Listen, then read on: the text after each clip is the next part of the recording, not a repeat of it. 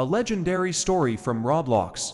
My name is Sophia, but in the town where we used to live, they called me Holmes. Okay. No one called me that except my friends, but still, I was known as a detective and a mystery solver. Detective stories literally follow me everywhere. It's no surprise that when my family and I moved to Blockview, I found myself involved in my biggest investigation yet, the mystery of the Blockview school ghost. But I'm getting ahead of myself. It all started on Tuesday morning. It was my first day at Blockview. I had breakfast with my parents and ran outside to wait for the school bus. Two girls from school were already standing at the bus stop. They were discussing what everyone had done over the summer holidays. Ned and the neighborhood kids had an obby competition. Can you imagine? Just like a little kid, he's already 13, and he's still playing obby. One of them said sarcastically, "Oh, that's crazy." The second one agreed. They both spoke strangely. My voice sounds the same when I hold my nose, and they drew out the last word of every line. You couldn't tell them apart by their voices. If you closed your eyes, you could almost think they were the same girl talking to herself. Obby is fun at any age, I counter. I don't know why I even started talking. Maybe because my friends and I used to play obby all the time. The girls turned around and looked me over carefully. You're new here, aren't you? I told them my name and said my family had just moved to Blockview, and today was my first day of school. Welcome to town. One of them chuckled. By the way, nothing personal, but older girls don't usually hang out with little kids like you. Really? Why? I asked. Well, that's just the way it is, the other girl replied. There was an awkward silence, broken by the bus's arrival. I might as well have been waiting for it alone.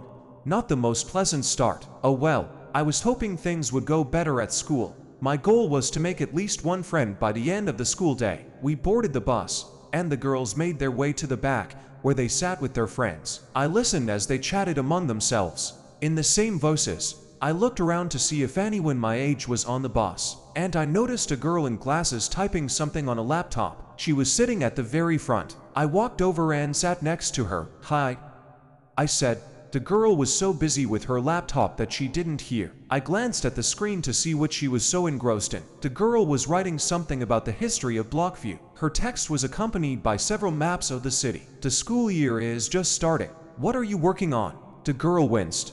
Oh, nothing special, she replied, closing the laptop. I just started blogging over the summer. I like writing too. I smiled and pulled out my journal. It was empty at the time. I told her that Billy, my friend from my old school, always kept journals, so I got the idea to do the same. A beau keeps a journal? The girl giggled. He calls it a journal, but we know it's just a regular journal. I gave my name and said it was my first day at Blockview. The girl introduced herself as Ava. It turned out she was also in 7th grade. Ava told me she runs a blog dedicated to the history of Blockview. Did you know our town was founded by a pirate gang? She asked. I said no, but it seemed true. The first thing I noticed here was the large beach. The town itself is surrounded by the ocean on 3 sides, and even the center smells of the sea. Since you're new, you probably haven't heard the story about the ghost that haunts our school. Ava said, they say it's Captain Derby. He was the leader of the pirates who once lived here. That's how I first learned about the ghost of Blockview High. I don't know if ghosts really exist, but it will be interesting to find out. Society knowledge. When we pulled up to the school, I was amazed at how huge it was. Much bigger than my old one. Why is the school so big? I asked Ava, getting off the bus with her. It's the only middle school in the whole city, she replied. There are 2 other elementary schools and 1 high school. Ava looked at her watch and said we still had some time before classes started. Let me show you where everything is, she suggested. Ava started our tour on the 1st floor, explaining that it contained the 6th grade classrooms, the principal's office, the cafeteria, and a ton of extracurricular activities. There was also a library, a gym, and an assembly hall. What's on the 2nd floor? That's where the 7th and 8th grade classrooms are. That's where we'll be spending most of our time.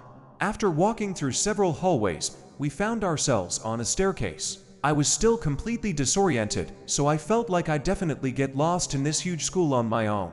Class is starting soon. Come on.